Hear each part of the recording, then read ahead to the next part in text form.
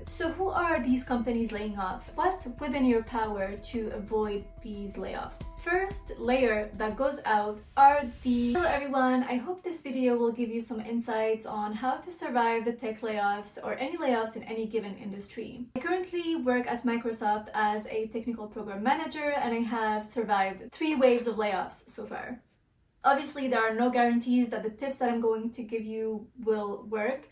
However, it will help you navigate these uncertain times more efficiently. I will put some timestamps below so that you can move to the section that interests you the most. In order to understand the tech layoffs, you have to have a good understanding of the current economical system that we are operating in and how specialization is causing us more harm than good. During the pandemic, tech companies rapidly expanded their workforce to respond to an increased demand. The market responded favorably and the companies have made substantial profit. The industry is slowly turning their backs on their employees by cutting off their workforce. Many reasons are cited: the rise of AI, the inflation, the upcoming recession. But the truth is, the companies have laid off a lot of people in 2023 and still in full force in 2024. And what is particular about these layoffs is that the market is now favorable to these company reductions. And it even rewards companies by increasing their stock value margin. Amazon, for instance, who nearly doubled its workforce in the past few years, has announced a reduction of 99,000 people. And we can see this trend across all tech companies of different sizes. So who are these companies laying off and who is more at risk? What we have noticed is that the first layer that goes out are the people that are overly specialized. So the trend in the last few years was to hire extremely specialized people, and now they are laying off these same people. Why did the companies encourage these overly specialized employees? You will have to go back to Paul Smith's writings. Hello everyone! So as I am editing my video, I realized that I said Paul Smith instead of Adam Smith. Paul Smith has nothing to do with the division of labor theory. He's not the one who came up with it. Adam Smith did. I will give you a little bit of history regarding Adam Smith in just a second in the next clip. But in the meantime, I just wanted to correct that honest mistake that I have just made. So yeah. Enjoy the rest of the video. I just wanted to correct that. Adam Smith is a philosopher, author, and moralist who also made his mark as an important contributor to economic theories to the point where it became the foundation for capitalism. He was born in 1793 in Scotland, and he was a very serious student who went on and wrote masterpieces such as The Theory of Moral Sentiment and, more relevant to us, Wealth of Nations. In his theory, Smith highlights the importance of dividing labor, as for him, specialization leads to efficiency and economic growth. The example that he took was of a pin factory. For him, specialized workers produce more pins than if all workers did the same tasks. Smith saw the main cause of prosperity as increasing division of labor. Using his famous example, Smith asserted that 10 workers could produce 48,000 pins per day if each of 18 specialized tasks was assigned to particular workers. That concept has been heavily used in the hiring spree that tech companies went on during the pandemic. As the demand increased, they wanted to up their productivity at higher rates and make profit.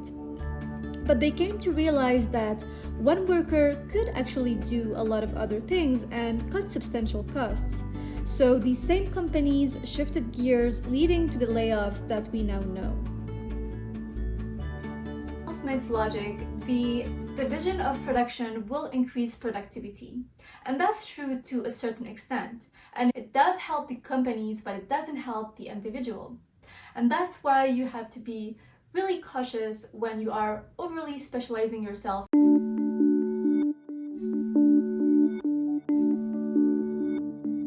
Identified 5 different reasons why the over-specialization is putting you at risk. The first one is the lack of versatility. When you focus solely on a specific area, it can limit your skills in other domains. And if that specific field becomes obsolete, you might find it challenging to transition to other roles. The second risk is the risk of stagnation. Specialization can lead you to stay within your comfort zone, and that might prevent you from seeking other opportunities. The third risk is a dependency to a certain niche. If your specialization is highly tied to a specific industry, should the economy fluctuate and again your field becomes less attractive, you are more at risk of these layoffs. Fourth risk is the professional burnout. Hyper specialization often involves high workload and stress and anxiety, and if you are the only person who's taking on very specific tasks, you are more at risk of a burnout. The final risk is the social isolation. When you are focusing on a specific niche, it will prevent you from collaborating with other people from other fields, which again put you at a higher risk should the layoffs come up, and it will also prevent you from seeking new opportunities. So how can you efficiently survive these layoffs, and what's within your power to avoid these layoffs? I have again identified 5 tips to give you, and I hope that they will be helpful to you. The first tip that I would give you is to keep learning. Stay updated with the latest technologies, be adaptable, be versatile, which will make you more valuable to your employer. Second is to be flexible. Be open to changing roles, projects, even locations if it means more security to you. Flexibility can make you indispensable.